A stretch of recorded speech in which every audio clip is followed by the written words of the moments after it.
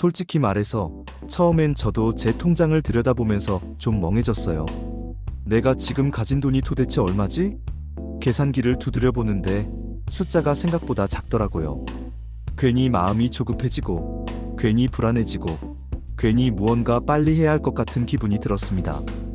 그때 어머니가 늘 하시던 말이 떠올랐어요. 투자는 항상 리스크가 있다.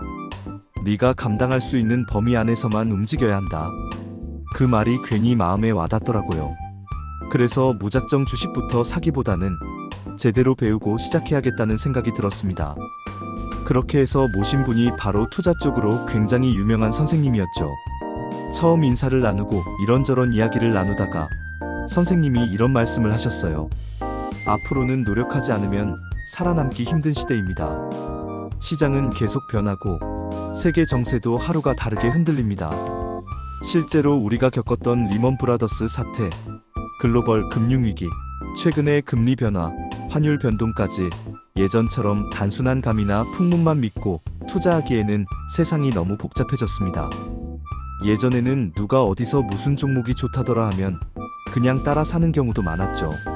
그런데 이제는 그렇게 했다가는 큰 손실을 볼 가능성이 훨씬 큽니다. 그래서 선생님은 항상 숫자를 볼 줄 알아야 한다고 강조하셨습니다. 기업의 재무제표를 이해하고 최소한 기업이 돈을 얼마나 벌고 있는지, 자본이 얼마나 되는지는 스스로 판단할 수 있어야 한다는 거죠. 투자를 설명하시면서 선생님이 재미있는 비유를 하나 들어주셨어요. 만약 여러분이 치킨집을 하나 차린다고 가정해봅시다. 초기 자본으로 1,000만 원을 투자해서 가게를 열었고 1년에 100만 원을 벌었다고 해볼게요. 그러면 수익률은 10%입니다. 사람들은 보통 얼마를 벌었냐보다 수익률이 얼마냐를 더 궁금해합니다. 주식도 똑같다는 거죠. 기업도 결국 하나의 장사입니다. 얼마를 투자해서 얼마를 벌고 있는지를 보는 게 핵심입니다. 이걸 조금 어려운 말로 표현하면 자본 대비 수익률이라고 합니다. 영어로는 ROE 같은 표현을 쓰죠. 결국 기업이 자기 자본을 얼마나 효율적으로 활용해서 돈을 벌고 있는지를 보는 지표입니다. 이게 높을수록 장사를 잘하고 있다는 의미가 됩니다. 그런데 여기서 끝이 아닙니다. 주식시장에 상장되면 또 하나의 문제가 생깁니다. 이 회사를 얼마로 평가할 것인가? 라는 질문이죠. 예를 들어 연간 100억을 버는 회사가 있다면 이 회사를 1,000억으로 볼 건지 2,000억으로 볼 건지 아니면 5,000억으로 볼 건지 정해야 합니다. 이때 등장하는 개념이 바로 PER입니다. 쉽게 말하면 지금 버는 돈의 몇 배 가격을 주고 이 회사를 사느냐는 개념이죠. 만약 어떤 회사가 연간 100억을 벌고 있고 시가총액이 1,500억이라면 PER은 15배가 됩니다. 시장이 이 회사의 미래, 성장성을 꽤 높게 평가하고 있다는 뜻이기도 합니다. 반대로 PER이 너무 높다면 기대가 지나치게 반영된 상태일 수도 있고요.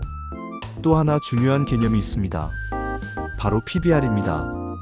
이건 회사의 순자산, 그러니까 쉽게 말해 회사 통장에 들어있는 자산 대비 시장에서 얼마로 평가받고 있느냐를 보는 지표입니다. 회사가 가진 자본이 1,000억인데 시가총액이 1,500억이면 PBR은 1.5배가 됩니다. 투자자들이 이 회사의 미래 가치를 추가로 인정해주고 있다는 의미죠. 결국 투자자 입장에서 가장 중요한 질문은 두 가지입니다. 이 회사는 지금 얼마나 벌고 있느냐, 그리고 이 회사는 시장에서 얼마로 평가받고 있느냐. 이 두 가지만 제대로 이해해도 투자 판단의 절반 이상은 해결됩니다. 여기서 재미있는 사례가 하나 있습니다. 테슬라와 현대차를 비교해보면 정말 극명합니다. 판매 대수만 보면 현대차가 훨씬 많이 팔기도 합니다. 그런데 시가총액은 테슬라가 압도적으로 높죠. 왜 그럴까요? 단순히 현재 실적만 보는 게 아니라 앞으로 얼마나 성장할 것인지에 대한 기대가 가격에 반영되기 때문입니다. 투자자들은 테슬라가 미래 자동차 시장, 에너지 시장까지 지배할 가능성을 보고 높은 가치를 부여하고 있는 겁니다. 그래서 PER이 높다고 무조건 나쁜 것도 아니고 낮다고 무조건 좋은 것도 아닙니다.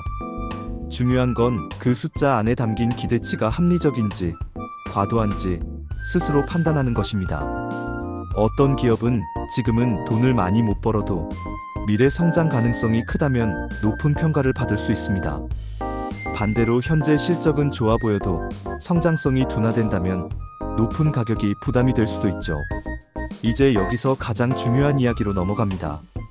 바로 재무제표입니다. 많은 분들이 재무제표라는 단어만 들어도 머리가 아프다고 하시죠. 그런데 사실 재무제표는 생각보다 단순합니다. 여러분이 가게를 운영한다고 생각해 보세요. 가장 궁금한 게 뭘까요? 매출이 얼마나 나오느냐, 비용은 얼마나 쓰느냐, 그래서 실제로 남는 돈이 얼마냐? 이게 전부입니다. 재무제표에서도 가장 먼저 보는 게 매출액입니다.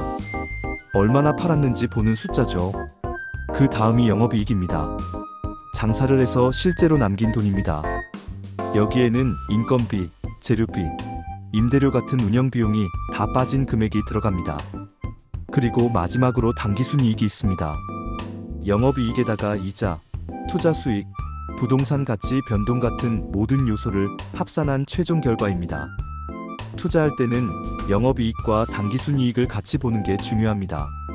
만약 매출은 큰데 영업이익이 너무 낮다면 비용 구조에 문제가 있을 수 있고, 영업이익은 좋은데 당기순이익이 갑자기 줄었다면 일회성 손실이나 숨겨진 리스크가 있을 수도 있습니다. 또 하나 많이 등장하는 지표가 EPS입니다. 주당 순이익이라고 하는데 회사가 번 돈을 주식 한 주당 얼마로 나눈 값입니다. 주주 입장에서는 내가 가진 한 주가 얼마를 벌어다 주고 있느냐가 굉장히 중요하겠죠. 그래서 해외 기업 실적 발표를 보면 항상 EPS가 강조됩니다.